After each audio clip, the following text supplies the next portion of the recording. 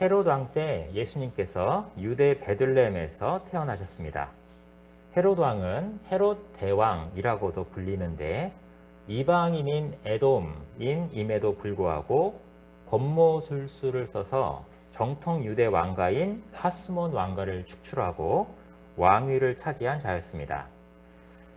헤롯은 특히 잔인하기로 악명이 높았는데 자신의 왕위에 위협이 된다고 하여 황후, 자신의 부인과 3명의 친아들을 사형에 처하기도 했습니다. 초대 로마 황제 아우구스투스는 이런 헤롯의 잔인함을 비웃으며 헤롯의 아들이 되느니 헤롯의 돼지가 되는 게 낫다. 헤롯이 적어도 돼지는 안 잡아먹을 테니까 라고 말하기도 했습니다. 이런 헤롯의 통치를 받는 백성들의 삶이 얼마나 암울하고 괴로웠겠습니까? 그런데 이렇게 가장 어둡고 암울한 시기에 예수님께서 이 땅에 아기의 모습으로 임하셨습니다. 이때 막 태어나신 아기 예수님께 경배 드리러 동방에서 3명의 박사가 찾아왔습니다. 이 일이 어떤 파장을 불러왔습니까? 유대인의 왕께 경배드리러 왔다는 동방 박사들의 말을 들은 헤롯 왕은 심기가 굉장히 불편해졌습니다. 화가 난 헤롯 왕이 무슨 일을 저지를지 모르기에 온 예루살렘 백성들도 소동하고 두려움에 떨었습니다. 4절을 보십시오. 헤롯 왕은 모든 대제사장과 서기관들 곧 성경 박사들을 모아서 국가안보회의를 소집했습니다. 그리고 성경 기록을 분석해서 유대인의 왕이 태어날 장소를 알아내라고 지시했습니다. 헤롯 왕은 동방 박사들에게 메시아의 별이 나타난 시기를 자세히 묻고 베들레헴으로 가면 된다고 알려주며 나중에 자기에게도 아기의 위치를 알려달라고 당부했습니다. 자신도 가서 유대인의 왕께 경배하고 싶다고 했습니다. 물론 헤롯 왕의 이 말은 새빨간 거짓말입니다. 헤롯은 자신의 왕권에 위협이 된다고 하면 부인이고 자식이고 다 죽이는 자였습니다.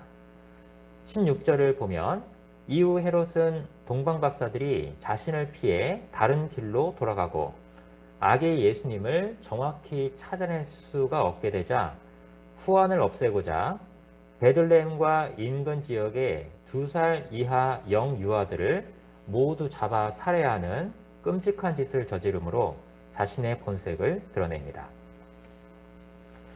그러면 성탄에 아기의 모습으로 우리에게 찾아오신 예수님은 헤롯과 어떻게 다르십니까? 동방 박사들을 통해 증거된 예수님의 한 가지 모습은 유대인의 왕이십니다. 유대인의 왕은 문자 그대로 유대인들의 왕이라는 뜻이 아니라 인류를 죄와 죽음에서 구원할 하나님의 그리스도의 별칭입니다. 헤롯은 자기 왕좌를 빼앗길까 봐 무서워 가족들과 백성들의 피로 자기 권력을 세웠습니다. 이런 그는 겉으로는 강해 보이지만 속으로는 실상 버림받을까 봐 무서워 벌벌 떠는 불쌍하고 비루한 인간에 불과합니다.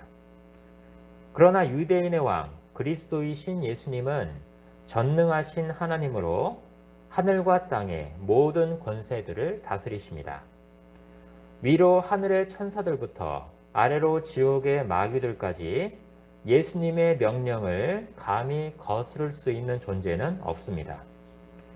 백성들의 피 흘림 뒤에 숨어서 자기를 지키는 헤롯 같은 인간 왕들과 달리 만왕의 왕 예수님은 그 무한하신 권세와 능력으로 자기 백성들을 친히 품으시고 모든 위험으로부터 안전하게 보호해 주십니다. 오늘 본문에 나온 예수님의 또 다른 모습은 6절에 있습니다. 예수님은 왕이시지만 동시에 목자이십니다. 성경에서 하나님을 목자로 사람을 양으로 비유하고 있기에 은연중에 저희는 목자에 대하여 권위가 있고 훌륭하며 존경받는 직업 같은 이미지를 가지고 있습니다. 그러나 목자를 같은 의미이지만 단어만 바꿔서 양치기로 조회해보면 더 현실적인 이미지가 나옵니다. 양치기를 위키 백과에 조회하면 나오는 설명은 다음과 같습니다. 양치기라고 하면 목가적이고 평화로운 이미지로 생각하기 쉬우나 실제 고대, 전 근대의 양치기는 매우 힘들고 고되고 목숨마저 위태로운 직업이었음. 양이라는 동물이 얌전한 편도 아니고 툭하면 양치기를 들이박는 행동을 자주 하기에 양을 제압하고 길들여야 함. 성체 양은 어지간한 사람보다 덩치가 크기 때문에 잘못 들이박히면 어디 한두 군데 부러지는 건 일도 아니고 의료시설도 없는 산속에서 이런 꼴이 나면 거의 100% 죽게 됨. 조금 전에 강력한 왕권으로 다스리시는 왕 되신 예수님의 이미지를 보았는데 갑자기 180도 방향을 바꿔서 망나니 양들도 뒤치다거리 다 해주시는 양치기 예수님의 이미지를 동시에 받아들이려니 머리에 깊은 충격이 오지 않으십니까? 아무도 꼼짝 못하는 엄청난 힘과 권위를 가지고 있으면서 동시에 한없이 자애롭고 온유하게 다스려주는 이런 존재가 과연 있을까요? 제가 역사책을 많이 보아서 여러 왕들의 연대기를 알고 있는데 아무리 훌륭한 왕에게도 인내의 한계라는 것이 있습니다. 훌륭하고 인격적인 왕이라고 해서 가서 들이받았다가는 불경죄로 목이 날아갑니다. 그러나 가장 높은 왕이면서 동시에 가장 낮은 목자라는 이 놀라운 조화가 가능한 것은 예수님께서 결점 많은 인간이 아니라 권능에서나 인격에서나 완벽하신 하나님이시기 때문입니다. 완전한 왕이지만 또한 완전한 목자이시기에 예수님은 우리의 많은 허물과 죄악에도 불구하고 불경죄로 우리의 목을 날리지 않으십니다. 대신 부모가 자식을 돌보듯이 양치기가 양을 돌보듯이 말 안 듣고 들이받고 도망가는 우리들을 있는 그대로 영접하시고 인내하시고 훈계하사 바른 길로 인도해 주십니다. 우리에게 참된 왕이요 참 목자가 되어주신 예수님을 찬양합니다. 제2장 엎드려 아기 예수님께 경배한 박사들. 예수님을 찾아 베들레헴으로 가던 박사들을 하나님께서는 하늘의 별을 통해 인도해 주셨습니다. 하나님의 별은 예수님이 계신 집 위에 머물러 섰습니다. 동방 박사들이 이동해 온 거리는 페르시아부터 예루살렘까지 1600km입니다. 남북한을 합친 한반도의 전체 직선거리가 1000km이므로 부산에서 출발해서 서울, 평양, 함흥, 압록강을 건너 중국 내륙의 깊숙한 곳까지 이동한 것입니다. 이들이 이 엄청난 거리를 여행하면서 얼마나 많은 어려움들이 있었겠습니까? 산맥을 넘고 강을 건너고 광야를 지나며 여행의 불편함과 강도의 위협, 온갖 피곤함들을 극복하며 왔을 것입니다. 그런데 드디어 그 모든 고생 끝에 인류의 구원자, 유대인의 왕을 만날 수 있게 되었으니 이들의 기쁨은 이루 말할 수 없었을 것입니다.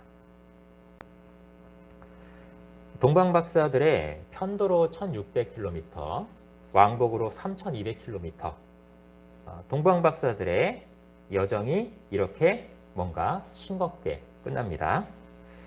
저는 이 말씀을 읽을 때마다 항상 뭔가 석연치 않다는 느낌이 들었습니다. 뭔가 중요한 것이 빠진 것 같다는 생각이 들어 찜찜했습니다.